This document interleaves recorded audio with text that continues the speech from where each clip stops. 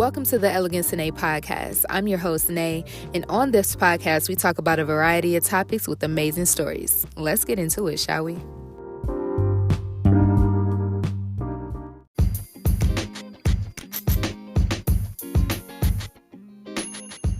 Hey guys, before we start the show, we want to give our love and support to Grind and Hustle Youth. They are a mentoring program that help ages 15 and older with business etiquette skills, in addition to offering a variety of classes from coding class, culinary, CPR, podcasting, and so much more. They also have a variety of courses that you can join as well, dedicated to mothers, fathers, elegant ladies, and raising gents. Check it out today at grindandhustleYouth.square.site. All right, let's start the show.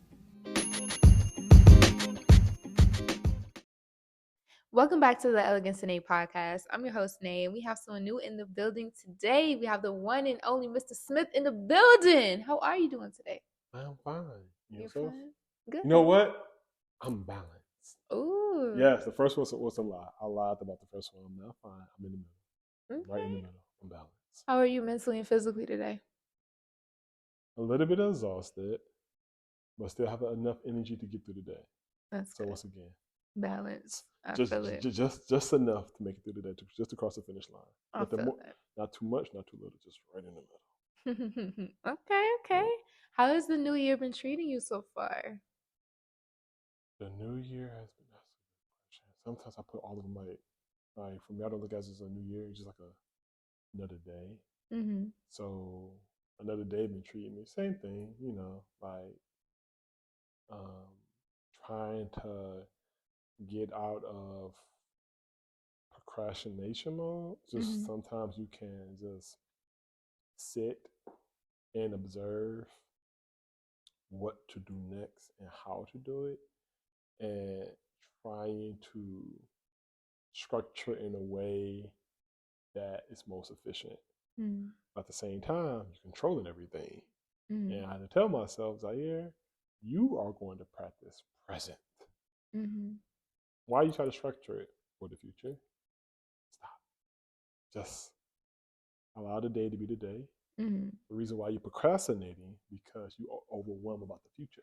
Yeah. So let the future go. Don't think about the past. This is a blank slate. This table is white. The viewers can't see this, but I know it's audio experience. But this table I'm touching is white. It's blank. If I put something on there, it'll have a line, a smiley face, a circle. So I have a chance to make this table and draw this table however I like. But when we start thinking about the future, when we think about the past, when I look at this table again, it's no longer clean white. It's already have stuff on there. And our present moment never get to be present. It don't get to be a white table. It just have scars, thoughts from present and future. So I'm working on being really present and allowing the canvas to be blank for that day, and allow the present to put the stuff on there rather than the future and the past. I feel that. That's what's up. I feel like that it explains itself. Like you elaborately explained that very well. Well, thank you. I appreciate it. Yeah. To me, I came up that during my procrastination. So I was wondering, like, damn, why do I keep procrastinating? And I'm like, oh, this must be it. So just really just trying to, as you do, just trying to like how to optimize, like what's causing me to do this? What's causing me to lose my focus, get distracted? Like what's happening? And just being honest with yourself. Like what is it? Is it fear? Is it worry? Are you afraid? Yeah. Are you tired?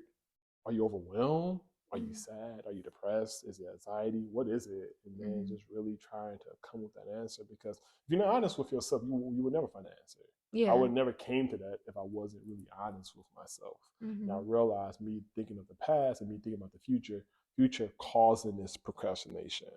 So realizing that was a problem and how I fix that problem is, like I said, just being honest with self. Yeah. So yeah, sorry about that. No, you're good. You're good. It's a transparent episode, talk how you feel. Indeed. So are you born and raised from Detroit? Yes, born and raised from Detroit. Hey, okay. Yes. So when you were younger, were you more of a social butterfly or more to yourself? Younger, My growing up, my confidence was probably shot to hell because I wasn't. I was comfortable with self, but I wasn't comfortable vocalizing myself because I knew I. Looking back now, I knew I wasn't the norm. I knew what other kids was talking about, my friends was talking about, family members, cousins talking about. That wasn't me. So I knew if I said something, it would have been different. And when I did speak or when I did act, do actions, I got called weird. My big sister, my friends, her friends used to say, "Yo, your brother's weird," and just because I just thought differently. So growing up, I wasn't really owning my voice. It was just like when I did talk and things like that, I just realized, oh, I think differently. And at that time, I did not know where to put it at. I didn't put it towards bad. I didn't put it towards good. It was just in the space of, I don't know, like, why are they laughing at me? Why are they calling me weird? So I never knew where to place it at. But when I was being myself, I felt normal. I felt good. I didn't feel nothing wrong with it. So hearing, oh, you're weird, something's wrong with your brother, but me acting like this don't feel, like I said, it just put me in this confusion. I don't know where to place this. Do I keep doing it? Do I keep stop? Do I listen to the people or do I listen to myself? So ultimately, I wasn't as outspoken, but eventually I was. If you want me to take you down that road, how that origin story became. Okay. How were you for your transition from your younger self going into more of a high school self? Were you still not so social, or were you like working on Um, I believe it was the same. No, that was the same. No. I think high school. I think that's when I started finding myself.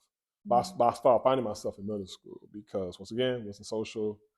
Got bullied, got picked on, everything under the sun. To the point where my mom used to drop me off at school, I used to walk back home just because I couldn't take the bullying no more.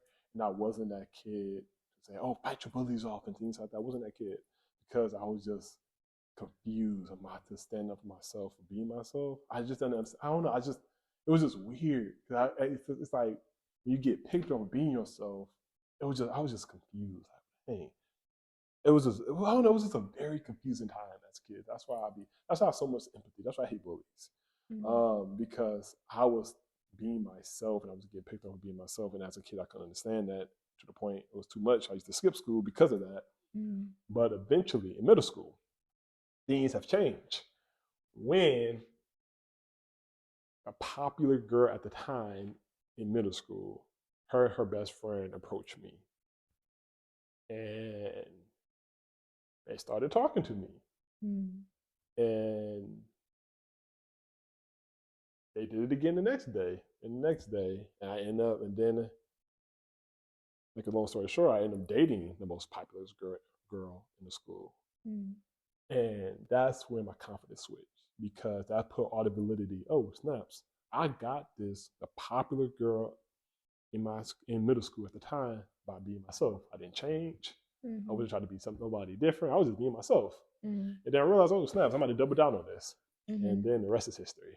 Going to high school, college, I just started being myself. So I realized, okay, good things do come by being yourself. It just takes longer. It's almost like long-term gain, short-term gain. Short-term gain,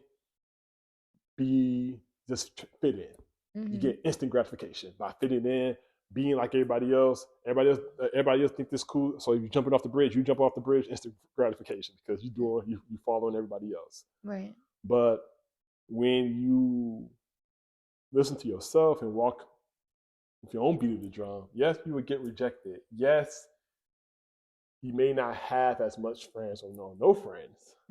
But eventually, when you do get that friend or that girlfriend or that opportunity, it will feel good because you know you didn't compromise yourself. That's that feeling. That's that feeling of knowing like, wow, this this opportunity, these friends, this partner I have, they are talking to me because of me. Right. There's no work in that. You just waking up and being yourself and they accept that. Yeah. And that's the part it was worth the wait because it's genuine. Yeah. And yes, and that's and like I said, I took that in high school and when I kept running that play throughout the rest of my life. That's what's up. Yeah. Do you feel like, so how was the transition for you from high school into adulthood though? Same, like more so being more self-aware of things around me, far as understanding the concept of being yourself, understanding the concept, the fruits that comes with being yourself, the real fruits. Right. Because in life, you start realizing, like even right now, we want to be around people who accept us. We want to be accepted, we want to be heard, we want to be loved.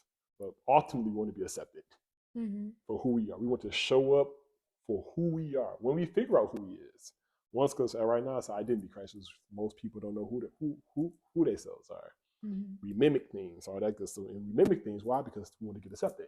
It's the easy way. It's the easy gateway to get accepted. You want to get accepted easy? Just mimic what the crowd is doing. But if you want real, genuine friendship, meaningful places, workplaces, whatever, be yourself. Be yourself. Get rejected till you find that place. So, like I said, back to the self awareness, what I learned in adulthood, I realized most people don't know themselves. Most people, because I thought growing up in high school, I'm sorry. I just hit my head on the table, audio experience. So you hear a lot of noise. That was my fault. But I realized when people say, "Well, what you want to be when you grow up?" I want to be an astronaut, doctor, nurse, all that good stuff. I thought me knowing what I wanted to be, it didn't mean nothing. Everybody else know. And then when you realize we get in adulthood, for me, I got to college, and people kept changing majors. A lot of people kept changing majors. People dropping out. Oh, not that many people don't know what they want to do in life. So it's kind of like you follow this script. They tell you what to do. Go to college, get your college degree, or just get a job and things like that. But sometimes it's not always so clear. Sometimes you just have to just really just follow like what's in you. That's what going back to just identity, know who you are, and not following the path of everybody else. Because maybe college is not for you. Maybe it's trade school is. Maybe you're an entrepreneur and things like that. Like you would never know if you follow the crowd, what everybody tell you to do. You may be wasting years, valuable years, because you're following something that's not for you. Going back to the common theme of this common theme of me talking right now, just be yourself. When you be yourself, you realize the things that you like. You realize this is for me. This job is for me. This opportunity is for me, and that carry on to adulthood because once again, you know who you are. You know what you like and what you don't like. And I think as does no it does that turn into money right away when you have that epiphany? No, but it will lead to you avoiding the things that you don't want to do. Right. And I believe knowing what you don't want to do is a great start because 9 times out of 10 you may not know what you want to do in life. Well, as long as you know what you don't want to do, it's just like this. Oh, I don't eat peanut butter. I don't eat pork and things. That's good because that stuff make you sick. Just like a job. Oh, I don't like work. I hate my job. So you know not to go down take that job. So it's just good to know what you don't like because if you know what you don't like, eventually you'll land on the things that you do appreciate, that you do enjoy. Right. And yeah, I think that's what, like I said, going back to being yourself, knowing yourself, that translates into adulthood of me making like the right high quality decisions of where to go in life. Feel that. Now, have you ever? Now, did you exceed your education, like going into college, or did you just go straight into the business College, I definitely, yes. From my mom point of view, yes. She world? just wanted a degree. I went in there. The reason, okay, long story short, I dominated. But the reason why I dominated before I got to college, I was in a vocational class in high school. And the Mm-hmm. vocational class is where you like, it's like a trade. They had culinary, you know about culinary, hair, cars, and Mm-hmm. computer design. I was in Mm-hmm. my computer design class, and I had that class for 3 years, and that class take count for like 3 grades at the time, and I always got A's in there, and I knew how to design well. So when I got, so my major was in digital art and design. I went to Full Sail University. Shout out to Full Sail. Um, I had an edge. So when people was Mm-hmm. going to learn design, I already knew design because I had 3 years of it already prior. Right. So I was on. So it's like, oh, know this, know this, I already know this, you'll know this. But it's just like I was already ahead of the curve. So for me, it was just like learning more fundamentals of what this is. It's like just imagine you self taught. Mm-hmm. You're already good at it. Now you just learning the fundamentals of it. Oh, okay, this. It's just like oh, learning color theory, design theory, and things like that. Just this little stuff, just extra little layer of that would make more sense. Even though you know this stuff already, you just it's almost like using a word that you don't know the definition to. Mm-hmm. Like, oh snaps, I was doing that. Then you read the oh snaps, I was doing that the whole time. I did not know I was doing Doing that. it. Yeah. Yeah, so it's kind of like that. So and that led me, like I said, having that experience and just constantly being a workaholic. Because um, after my mom sacrificed everything to get me into that college and just going to debt to put me through, I was just focused, and that focus and that tenacity of focus to just work and not just doing college work, but after college, I just worked still. You know, Mm-hmm. after doing homework, I just kept designing. That kind of landed me. Also, first they landed me on Yahoo Sports. I think Yahoo Sports. I was when I first got there. When I first got to college, my freshman year, like 4 months later, I was on 4 or 5 months later, I was on Yahoo Sports for creating this Michael Jordan image of Mm-hmm. all his accomplishments, like embedded in his face Mm-hmm. with words, all his greatest achievement, and Yahoo Sports picked that up, and the rest was History. history. And then that ultimately landed me like I think my second, I think 2013, I had a contract to work with LeBron James, Mm. and how that happened was I knew how to design. Also, I knew how to market myself, and this is for all my entrepreneurs. Like I knew how to. I just didn't value the creation of work. I value Mm. after creating the work, I value promoting the work, sharing Mm. it. And I was an early Twitter user, so I always realized, oh snaps, celebrities on here, people on here, and things Right. like that. I can just start tagging them and things like that. Maybe I was doing too much at the time. Got blocked a couple of times, all that good stuff. But I just wanted to get my work out there. Yeah. And then even just learning like, okay, how can I reach people? Like for example, like LeBron and things like that. Cause that sounds crazy, but I realized, oh snaps, go to his website. See the people who run his website. Yeah. Whoever run his website, contact the people who run his website. And Right. then I think I created some shirt designs. Because this is where he won his first title, and his phrase was, "It's about damn time." And I put that on a T-shirt and sent it to one of the people who run the website. Mm-hmm. They posted the design on his website, and Mm. then eventually they reached out and said, "Hey, can you create some merch for us and things like Yeah. that?" And like I said, once again, the rest is history. But once again, prom- promoting your work. Just always just trying to find the hack in ways to not just creative, but also finding ways, it's clever ways to promote yourself. And I was always big on that. So that's kind of led to me doing big things in college, if you can Mm-hmm. say, and also back to knowing the work, knowing the craft. Um, if y'all know anything about Adobe Photoshop and things like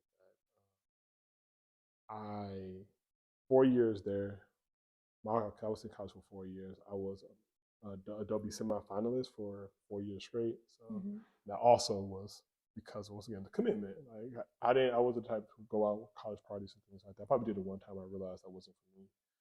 And after that, it was just like focus. Like I need this to work. Yeah. So it wasn't like I wasn't going to school myself. It was like my mom here, I can't. My mom got put me here. I had to stay focused. So my mindset was just different. But yeah. Well, sorry for the long answer. You good? Yeah. Yeah. So that's good. I hear that you've just pretty much gone through like a lot of ups and down roller coaster of finding yourself, and once you did, you were able to tap into and diversify what you went through. Yes. And I tripled down on it because once again, got called weird, got called this, got rejected a lot. So once I found value in self, and then I found out I knew how to design, and I just doubled down on this. Just kept repeating that formula over and over again. It was intoxicating. It was like, oh snap, this is what's going to get me out of here, out of this. So it's like my key point. Yeah, it was like it was my only way because I thought this is the way. Other things I just got picked on, but then I just found this same being my same self, the same person got picked on, using that same skill set to make something of myself. Right. So yeah, it was like my gateway out of the teasing, the bullying, all of that type of stuff. So it's almost like using, I think, and I believe God do that. Sometimes He uses your pain for glory. All that pain, all that good stuff, I use it for my glory. Like everything that I said, I don't say it to brag and say, hey, I was once this person who got picked on, laughed at, all that good stuff. Yeah. And I realized, oh, even I got laughed at, like that is gonna be valuable. Once you learn how to make it valuable for yourself and see where can I go to be myself, or how can I be myself in a way that it can generate opportunity. So yeah. I feel that. That's really dope.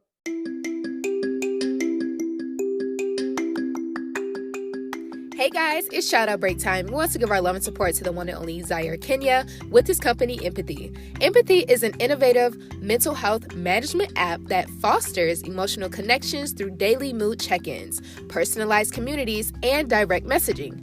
It encourages authentic emotional expression, offering a supportive space free from traditional social media pressures. If you would love to find out more, check it out at empathy.co. That is INPATHY.co. All right, back to the show. So in the beginning, we had you pull out of the fishbowl and you chose anxiety. So what's the first thing that comes to mind about anxiety, and how important is it to find things to help with anxiety? Anxiety is a weird thing because you got to recognize it first. So first you got to recognize it, like they understand what it is, and most of us, even myself, didn't recognize it. So I would say first you got to understand your emotion. This range of emotion from happy, sad, depressed, insecure, anxiety, doubtful, stress, unease, grateful. It's just this wide range of emotion that's constantly working. So first of all, you have to just really be in tune with your emotions, and like I said before, in tune with yourself. Because you don't know what label to put on there. You just realize I feel something. I don't know how I feel. Let me just say I'm fine. I'm okay. Let me just say I'm sad. And maybe it's not sad. And then we keep telling ourselves we're sad, then we'll become sad. And it really was not. I know we was just anxiety, just a little bit of anxiety. And so sometimes we got to really control like how we feel, so we won't label ourselves something that we're not. Yeah. And on the flip side, if we saying that we're happy and we're not happy, and then we're telling ourselves we're happy, but we're not feeling happy, it can screw us up. Like, what's wrong? I said I'm happy, I'm not feeling happy. It just confuses us. So first thing first, recognize your emotions. Recognize your emotions, understanding what it is. Anxiety. That's the one we're gonna land on. Anxiety. Understand what anxiety is. Then start backtracking. Where does this stem from? Mm-hmm. Is it something in the present? Mm-hmm. Is it something in the past? Mm-hmm. Is it something in the future? Is it the things around you? Is it bills? Is it work? Is it people? Like you really have to it's a process of elimination. Like what is it that's causing these feelings? Because you won't know till the process of elimination. So you can point out the problem. Because you just say, I'm feeling anxiety. Like, no, okay, cool, awesome. Glad that you found that out. Now let's see where is it coming from, so it won't keep repeating itself. And once you realize where it comes, like you have anxiety, and then once you realize where it stems from, it's a better way to control it. Like for example, for me, fear of the future. Okay, I realize the fear of the future. You realize fear of the future. What can I do? Zaire, I can't control the future. Right. The future, I have no jurisdiction in the future. Nothing I can do today. Yeah, I can do some days where I'll alter it, but wherever I have in the future, I gotta wait till I get that to see what's gonna happen. Right. So it's better for me to. There's a scripture in the Bible that says, "Don't worry about tomorrow. For tomorrow worry about itself. Each day have enough trouble of its own." Mm-hmm. So if that's the case, if each day have enough trouble of its own, let me just focus on the troubles today. Yeah. And not the troubles of the future or the what ifs or the coulda, shoulda, woulda. The whys, yeah. Yeah. So I tackle that just like I said by being present. And as I saw this podcast, I'm working on trying to be present and not trying to control the things I cannot control. I feel that. So what came about making your company Empathy? How was Empathy born? Pain.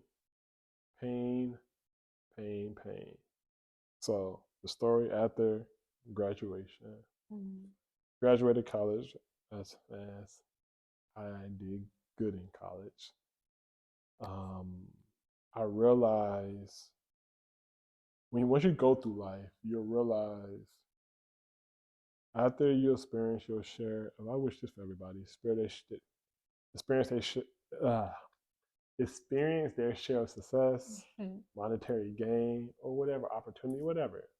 You'll realize quickly that's not where happiness lies. Mm-hmm. And since I experienced that early in college, these solo accolades, it was cool, felt good, but I realized, okay, this doesn't do nothing for me. Mm-hmm. It wasn't really doing nothing. It was just like a high, and then it just disappeared. Mm-hmm.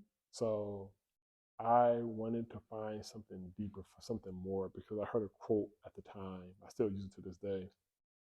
The greatest moment in your life is when you're born and when you realize why you are born. And I would try to focus on like, why am I here? Because I believe more life is more than just paying bills, working, and just that's it. And that's that cycle. It had to be something more. Yeah, more than a cycle. It had to be more. Yes, it had to be more than that cycle. That vicious cycle. And it's just something, like I said, I don't knock it. Most people can deal with the cycle and be fine with it, but it just wasn't for me. Mm-hmm. So I went on a 1-year journey after I graduated college of self-discovery. I had to realize, first of all, when I graduated with a bachelor's degree in digital art design, I had to tell myself, Zaire, you are not your work. You are not a designer. Mm-hmm. That's not who Zaire is. Right. That's your work. Who is Zaire? Who is Zaire? What does Zaire want to do, like to do, and etc. Sometimes you do something for so long, you think that's who I am. I am the artist. I am the artist. That's what I'm known for. That's what I got my accolades for. Mm-hmm. That's how I accumulated money and coins and things like that. But that's cool. That's your skill set. Who are you? And that's why I had to go on a 1-year journey to rediscover myself. Who am I? And what do I want to do with this skill set that I slaved over for all these years? Mm-hmm. And during that time, I hit a wall. And that wall was my family didn't understand why I was going down this journey because in a black family, you go to college, you get this college degree, you get a job. Mm-hmm. I went to college, got this college degree, and talked about entrepreneurship and purpose. Mm-hmm. And they didn't understand it at the time. And they didn't understand it at the time because we was taught, my family, like I said, I had no entrepreneurs in my family. So we was taught to, work and things like that, not these dreams of having your own company and all that good stuff. So pushing against that wave and those optics and they saw like you had a clear trajectory, like what you're doing, just take it. And me just saying no to going while my peers was going left into the field of creativity, design, all that good stuff. I just went right, and they just didn't understand it. And that caused a bit of depression, anxiety, and self-doubt. But I wasn't knocking them. They should feel how they feel, especially like they sacrificing. Like make the sacrifice worth it. Yeah. Don't be playing with the sacrifice. You went this far, continue. Like make it like this. Like keep going. Yeah, gotta keep going. And to me, I thought I was keep going. Okay, I got the skill set. I can make money. Let me experiment over here now. Right. Like, cause like you create a safety net. You create a safety net. Cool. I can always come back to this. I showed and prove. I know how to get stuff done. I know how to accumulate coins with this skill set. Right. That's fine. I cannot live a life just knowing that I'm just existed just to make coins for a company. Can I make coins for my own company and for something I really like to do? Yeah. That's what I want to see. Yeah. I haven't experienced that yet. I know I can do it for other people. Can I do it for myself? And that's where how empathy kind of got birthed. Because first when I was feeling self-doubt, depression, all that good stuff, I wanted to share it online, but I didn't because the unwritten rules on social media says if it's not perfect, don't post it. We only show our highlight reels. We don't show all the down moments. So I kept those feelings to myself. But I realized this have to be shared. I can't be the only one feeling like this. Like I can't be the only one want to be honest and be vulnerable online. And when I did my studies and research, realized like 6 out of 10 people said social media affect their mental health negatively, causing a series of anxiety, depression, and suicidal thoughts. And to make matters even worse, a whistleblower named, I know, first name Frances, she's a Facebook worker. She once was a Facebook worker, and she says, if social media is not overhauled in the next couple of years, millions of people can die. And that just shows the power. Even though it's a great tool, yes, it connected us, but it connected us in a way where it's more superficial, hyper superficial than the average life. Like that's not reality, and which causing people not to feel appreciated of their goals, where they're going and things like that, because we're constantly comparing ourselves at levels that we never seen before. Yeah. And now everybody have to be perfect. Now everybody have great days. Now everybody got to feel good. If you don't feel good, like what's wrong with you? Right. So it leaves you, and now we stuck in this toxic positivity, and there's less us being human. We got to be perfect all the time. Days got to go good. You can't have balanced days. You got to have great days. Right. And that's where empathy was born. Because to solve this problem, a place where you can be human, a place where you can be vulnerable and share your transparent moments without the fear of judgment, social pressures of being perfect and just likes. So where empathy's at today, I guess we can go into development because we're going to be launching soon. Empathy will be more so, I guess, the experience of empathy.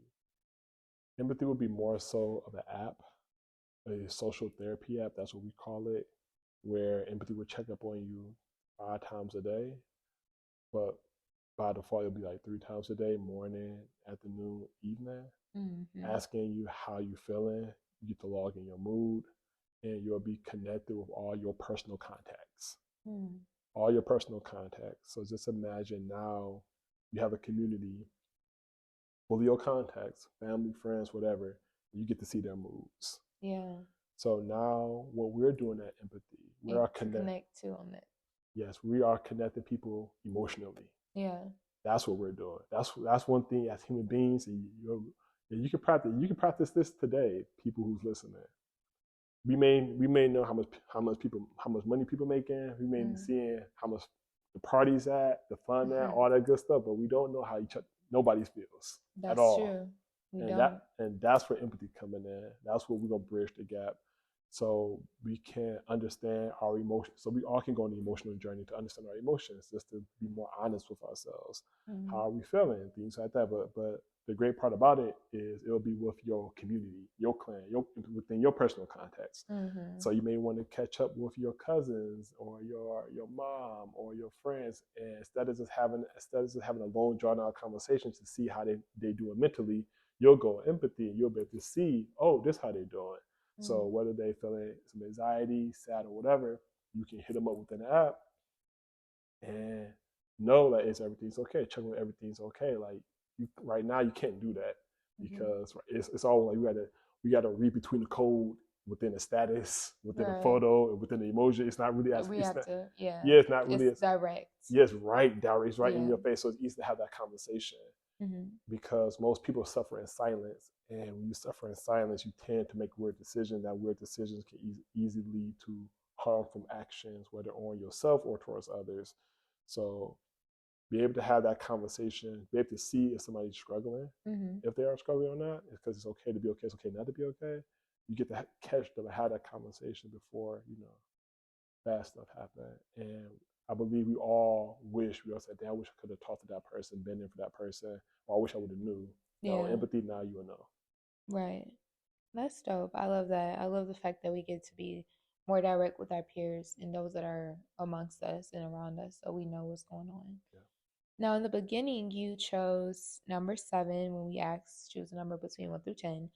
And you chose our game called 3 Words, the first 3 words. And it's pretty much we give you a word, and for example, if we say apple, you give us 3 words that describe apple. Yep. Feel me? So it's like kind of like that. Gotcha. So what's the first 3 words when you hear Ziarekenya? King, innovator, change maker. Okay. All right. And why those specific 3 words? Well, my dad named me. Zaire and Kenya is 2 countries in Africa. And he put those 2 together. He said, "You'll be a king one day." All that good stuff. You'll be strong. Some stuff. That's what Mom said. So yeah, so I just took upon that. And innovator. I just see things different. Always saw things different. I never saw things for what they are. I always saw things for what they could be. And change maker. I just always wanted change. I always somebody have to do it. And well, Michael Jackson said, if you want to change, start with the man in the mirror, all that good stuff. So let me change myself. Let me better myself. And then why not start with you? Yeah, start with you. That's why going back when it went back to being present, staying in the middle, things like that. That all came from me. Yeah, it's like the self. Out there, it's almost like I'm in this chamber. Dragon Ball Z reference, hyperbolic time chamber. I'm training, and then after I come out, I become stronger. Like, it's time to all the stuff I learned. So that's all I'm doing. Like I'm not sharing the things I just said before prior. I'm not sharing stuff that I read or heard. It's just like these are my personal anecdotal life experience. There you go. Yeah, I feel that. Now, before we close, did you have any questions? Do I have any questions? What did you get from this conversation? I got that you've changed. You started from being an introverted person to finding more of who you are as a person, into growing, into dissecting more of who you are and how mental health has structured you as young as who you are into the adult version of you, to where now you're helping and changing others with the mental health and how it helps benefit them. So just seeing that evolving story through this whole moment is really just dissecting and dialoguing that whole perspective. That's where I got from. You get one more question. Do you got to be honest on this one? Super honest. Which part were you challenged? Like, I don't know about that. Well, what you said? Yes. It could be about, I know it's my own anecdotal experience, but as human beings, we can agree to disagree, and it's perfectly fine. Like, what do you think may not, like, that you'll take a different approach? The reason why I ask, because a great idea is formed by multiple ideas being challenged. True. And, snap! I didn't see it like that. It just stack on top. That's it. So I probably said something like, you know what?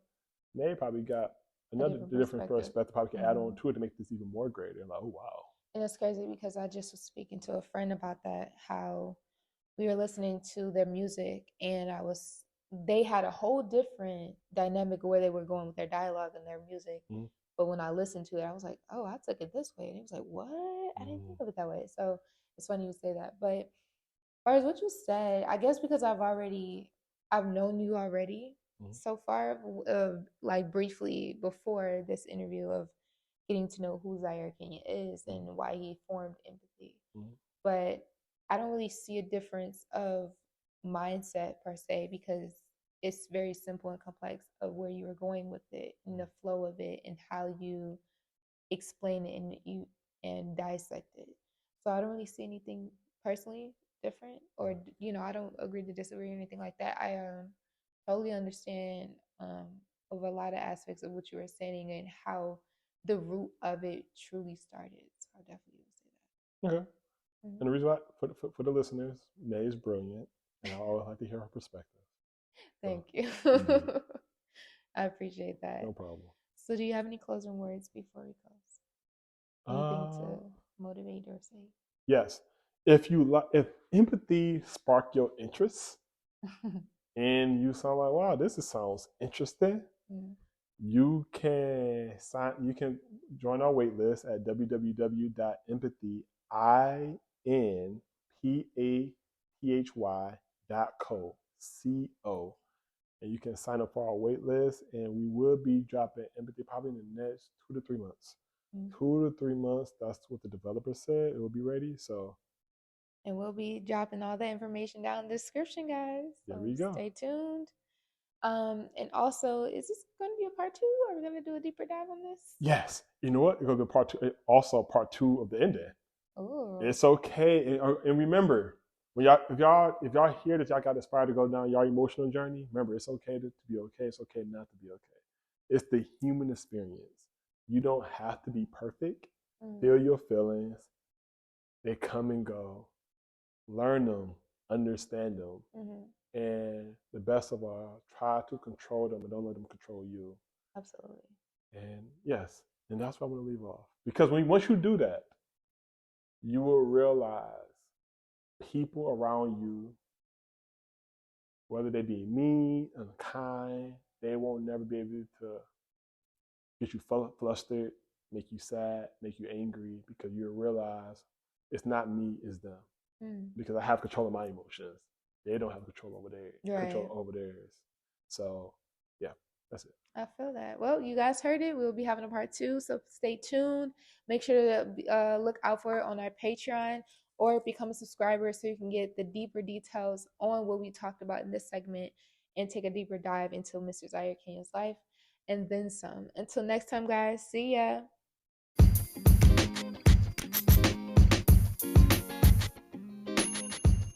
It's a wrap. It was great seeing you. We're so happy you joined us for this episode. Can't wait to see you next time. Make sure to like, share, and subscribe. And check out our information down below in the description. See you till next time. Bye.